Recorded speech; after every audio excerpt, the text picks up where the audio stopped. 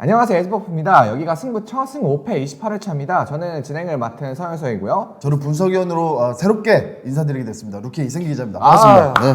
일단 네. 이승기 기자님 또 새롭게 합류하셨는데 또 농구 네. 쪽은 또 전문가시잖아요. 일단 뭐 라이브 승코나 여러 가지 경력도 많으시고. 네. 여러분들께서 농구 픽 저만 따라오면 저녁에 깐풍기 먹습니다. 제가 이 S버프에 또 합류하게 됐기 때문에 이 많은 또 구독자 여러분들께 양질의 픽을 또 전달해드리도록 하겠습니다. 네, 그럼 루키 이승기 기자님과 함께 승5패 28회차 한번 시작을 해보도록 하겠습니다. 그럼 첫 번째 경기 덴버 너게츠와 LA 레이커스. 또 지난해 우승팀인 덴버 너게츠이기 때문에 또 상당히 주목이 되는 매치업이죠. 한번 시작해보도록 하겠습니다. 자, 이 경기 사실 날로 먹는 거예요. 이거는 뭐 볼 것도 없어요. 저거 다 띄워놓으세요. 5개 다 띄워놓고 일단 그 덴버 너게츠 같은 경우는 80년대 때부터 홈 승률이 높습니다. 왜냐? 해발 1600m 굉장히 높은 좀, 유명하죠. 고산지대에 있기 때문에. 고산지대에서 뛰어다녀 봤습니까? 네? 등산해요? 등산을 해본 적 있죠, 당연히. 아니, 군대에서 많이 했습니다. 1600m에서 뛰게 되면은 호흡이 까딱까딱합니다. 그리고 또 고산지대는 이제 헤모글로빈이 이제 부족해지는 헤모글로빈 부족하지. 그렇죠. 그런 현상이 또 있다고 해서 그러니까 레이커스의 산소 농도가 또 부족해진다고 하더라고요. 레이커스에 노장들이 많잖아요. 그러면은 이게 숨이 빨리 찬단 말이야. 이게 덴버는 젊은 친구들이 많죠. 그럼 벌써 거기서 이 체력적인 우위를 덴버가 가져갈 수가 있는 거잖아요. 그래서 또 레이커스 같은 경우는 또 이제 슈터들이 없어서 이 벽돌맨들, 전부 다 이제 3점슛 약한 애들만 모아놨기 때문에 덴버랑은 농구가 좀 달라요. 그러다 이제 덴버가 또 피지컬 농구를 하고 그 빅볼 농구를 하죠. 이제 트렌드랑 반대되는 스몰볼이 아니라 빅볼. 그래서 레이커스가 이 피지컬적으로 우위를 가져갈 수 없다는 거죠. 그래서 사실은 이 덴버의 승을 이제 주력으로 가야 되는데 부주력으로 5를 지금 찍은 이유가 있습니다. 이 그 NBA가 언젠가부터 장난질을 많이 합니다. 좀 더 이제 적정 승부를 만들기 위한 이제 판정. 그렇죠. 이거는 사실 오랫동안 좀 얘기가 있던 얘기였죠. 오해하지 마세요. 없는 얘기하는 게 아니라 근거가 있습니다. 아담 실버 총재가 이제 2014년도에 부임을 했는데 그 이후에 심판 장난질을 정말 많이 해서 특히나 이게 지금 개막전이거든요. 그리고 아마 레이커스를 전 우승팀 덴버한테 붙인 걸 보면 확실히 계획이 있었던 것 같아요. 계획이 있어요. 이게 이 첫 경기부터 30점짜 값이 나면은 장사 안 됩니다. 돈이 안 돼. 그럼 어떻게 하겠습니까? 레이커스 쪽으로 이거 불어준다고. 그럼 마지막에 2포지션, 3포지션까지 간다는 얘기입니다. 그래서 5를 같이 가져가셔야 돼요, 이거. 아시겠죠, 여러분들? 그래서 전력적으로는 덴버가 확실히 우위긴 하지만 그래도 판정에 뭐 문제도 있고 그리고 그렇죠. 일단 개막전이기 때문에 특수성을 좀 고려해서 5를 또 추가로 선택을 하신 것 같네요. 그러면 이번 경기는 여기서 정리를 해보고 다음 경기 넘어가 보도록 하겠습니다. 승 5 찍으시면 되고요. 그리고 다음 경기는 이번 경기 골든 스테이트 워리어스와 피닉스 선즈 경기입니다.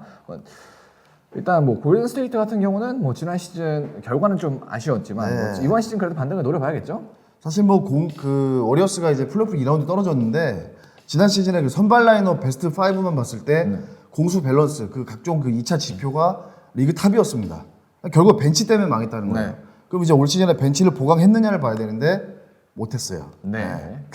크리스 폴만 지금 잠깐 이제 영입을 하고 지금 이제 드래먼드 그린 같은 경우는 지금 부상에서 회복이 돼서 개막전에 나올 수 있다고 합니다. 그럼 선발 라인업에서는 경쟁력을 가지고 갈 수 있다는 얘기입니다. 요건 좀 가져가셔야 돼요.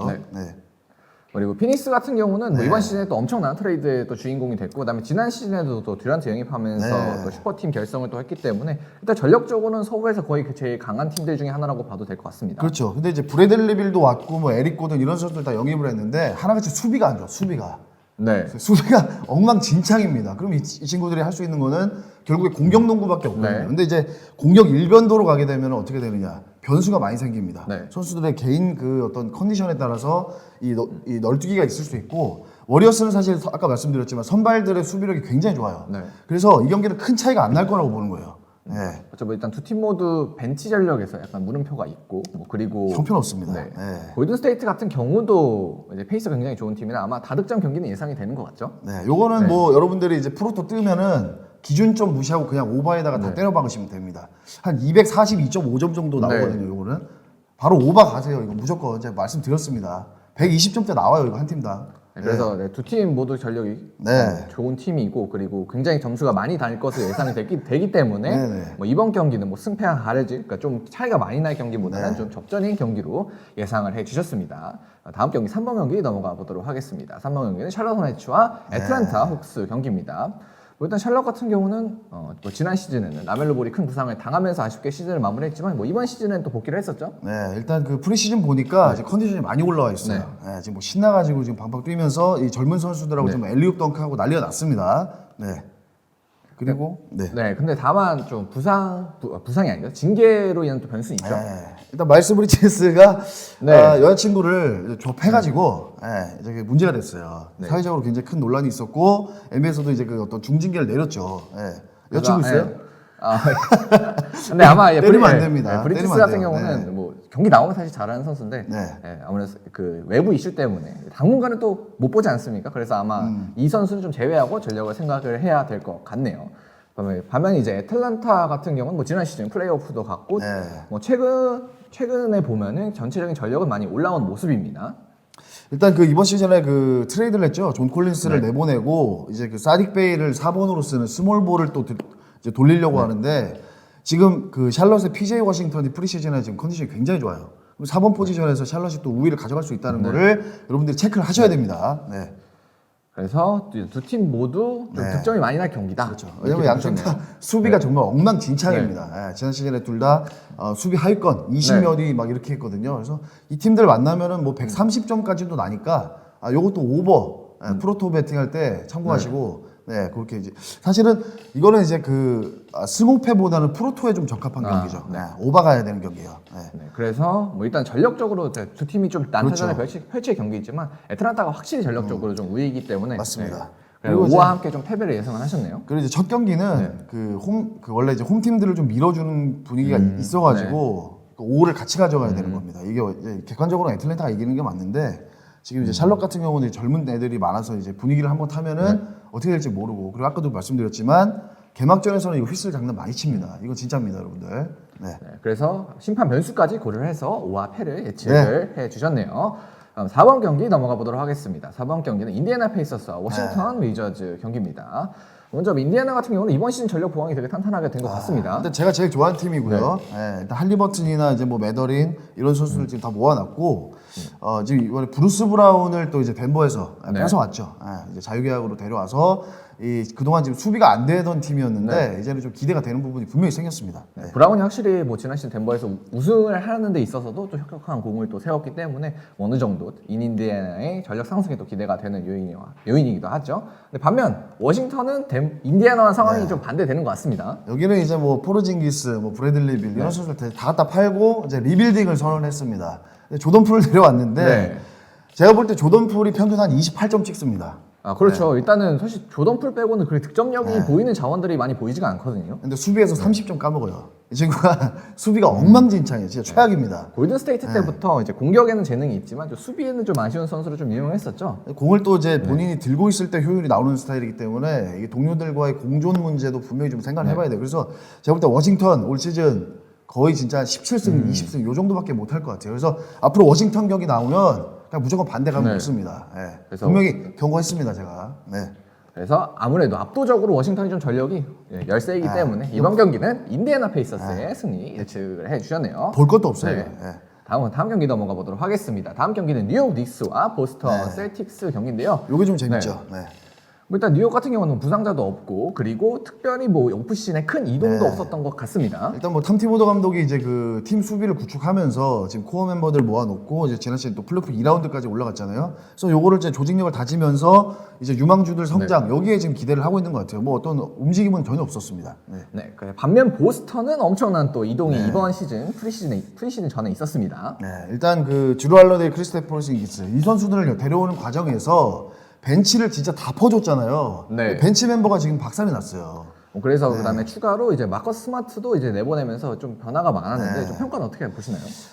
제가 볼 때 이 선발 라인업은 보스턴이 최강인 것 같아요. NBA 지금 30개 팀 중에 이 팀을 이길 수 있는 그러니까 6명, 노골 6명이 한다면 우승할 것 같습니다. 근데 이게 포르징기스나 이런 선수들이 굉장히 인저리 프론이란 말이죠. 한 30경기 뛰면 또 들어 누워요, 바로. 그러면 이제 그 대타가 없기 때문에 이 장기 레이스에서는 굉장히 좀 지켜봐야 될 것 같아요. 이 팀은 그리고 나이도 많아. 할러데이 나이도 많고 이래서 호포드도 언제 퍼져도 이상하지 않거든요.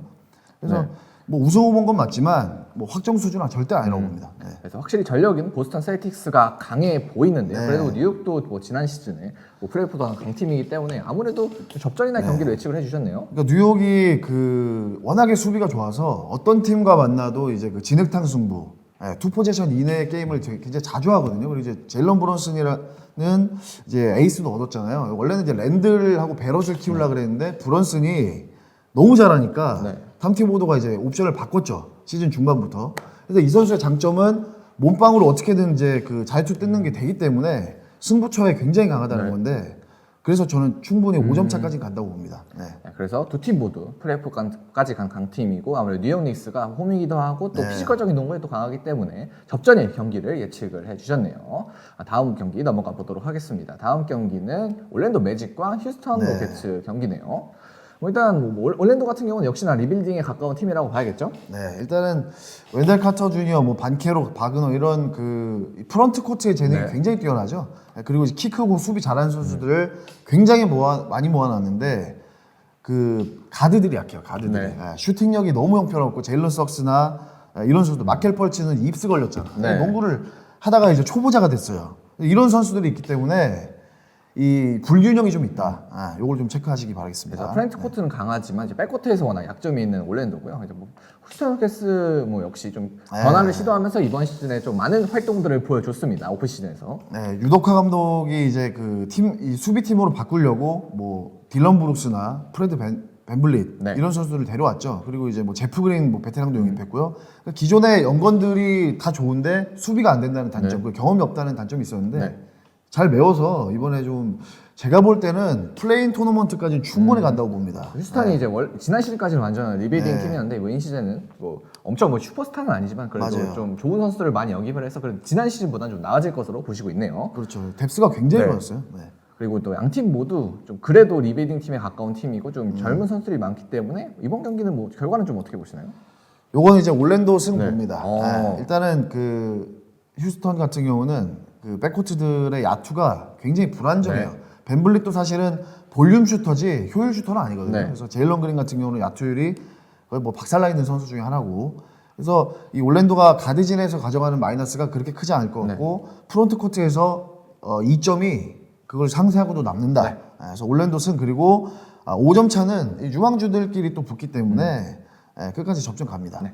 그래서 5랑 승 여러분들 같이 가시기 바라겠습니다. 그래서 올랜도 매직의 약 우세 그래서 5와 승을 동시에 예측을 해 주셨습니다. 좋습니다. 7번부터 14번까지 경기는 저희 멤버십을 가입하시면 풀 영상으로 시청을 하실 수가 있습니다. 이제 아이폰 사용자는 아직 유튜브 앱에 반영이 안 된 상황인데요. 핸드폰이 아닌 컴퓨터를 이용해서 인터넷 브라우저로 유튜브 접속 시에 가입이 가능하니까요. 많은 관심 부탁드리겠습니다.